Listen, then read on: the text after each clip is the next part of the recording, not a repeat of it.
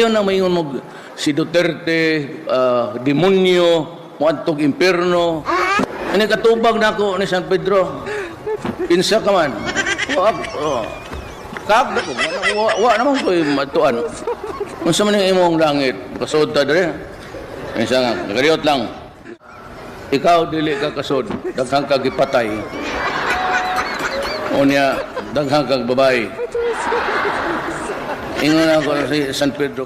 Ikaw sa gibuhat nimo, nga naaba day sabong ori sa langit kung kadada ko magsunoy dia. Ni mo pasudlom si patira ko na imong manok.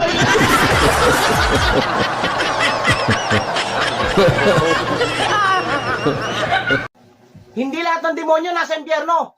Yung iba, nasa... Nasaan? Ha? Wala, nagbibideo lang ako eh.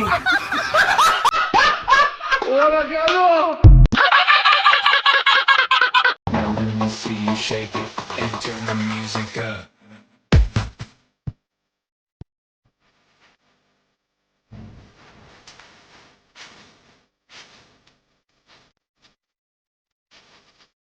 Kung ang manok ay putak ng putak at ang aso ay tahol ng tahol, ano naman ang tao? Ungol ng ungol.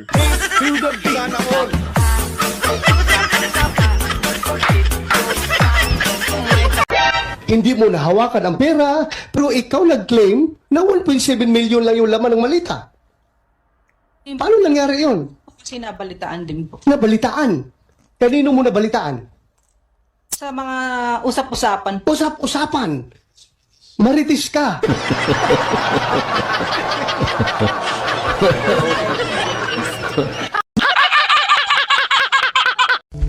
Ayaw mo ra sa akin, ay mas lalong ayaw ko rin sa'yo. Eh di wag, ano ka, gold? Ha? Gold ka? Okay, class? Ano ang hayop na walang pakinabang? Mama, ako ma'am! Tama!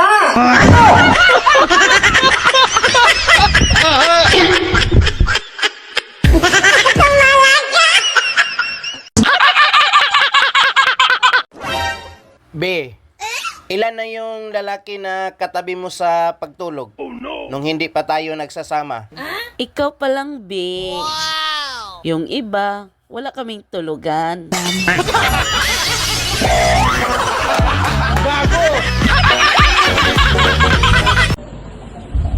Kuya, Ah, para akong lalagnat eh. uminom ka ng parang gamot.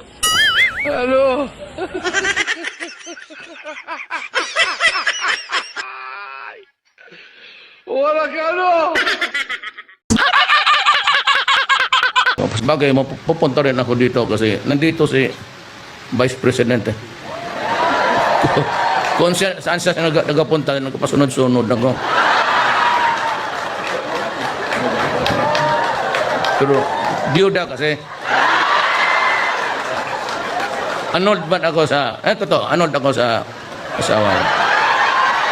Pero may anak ako, pero basta masuportahan lang, okay lang yun. Ma'am, balita ko may boyfriend daw.